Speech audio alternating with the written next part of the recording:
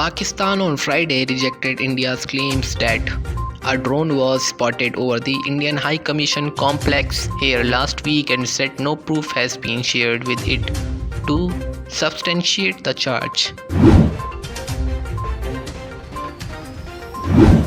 Mumbai BJP President and MLA Shri Mangal Prabhat Lodha brought a letter to the Chief Election Commissioner of Maharashtra today. He requested the Chief Election Commissioner to extend the date of submission of photographs by 1 month in view of the corona epidemic. Keeping in view the upcoming municipal election 2022, the Chief Election Commissioner of the state has decided to remove the names of voters without photo from the voters list across the state including Mumbai.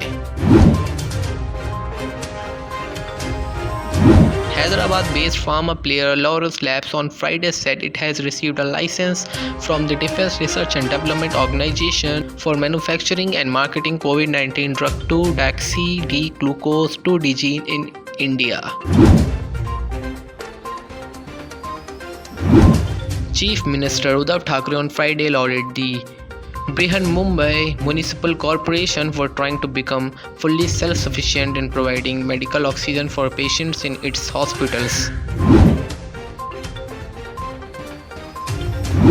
A drone that was spotted over the Indian High Commission complex in Islamabad last week was allegedly attempting to capture details of a diplomatic event being held at the mission news agency ANI reported, quoting sources. India on Friday reported 46,617 new cases and 853 deaths as per Health Ministry's updated data. Vaccination centers in Thane, Kalyan and Dombivli will remain closed on Friday due to shortage of doses.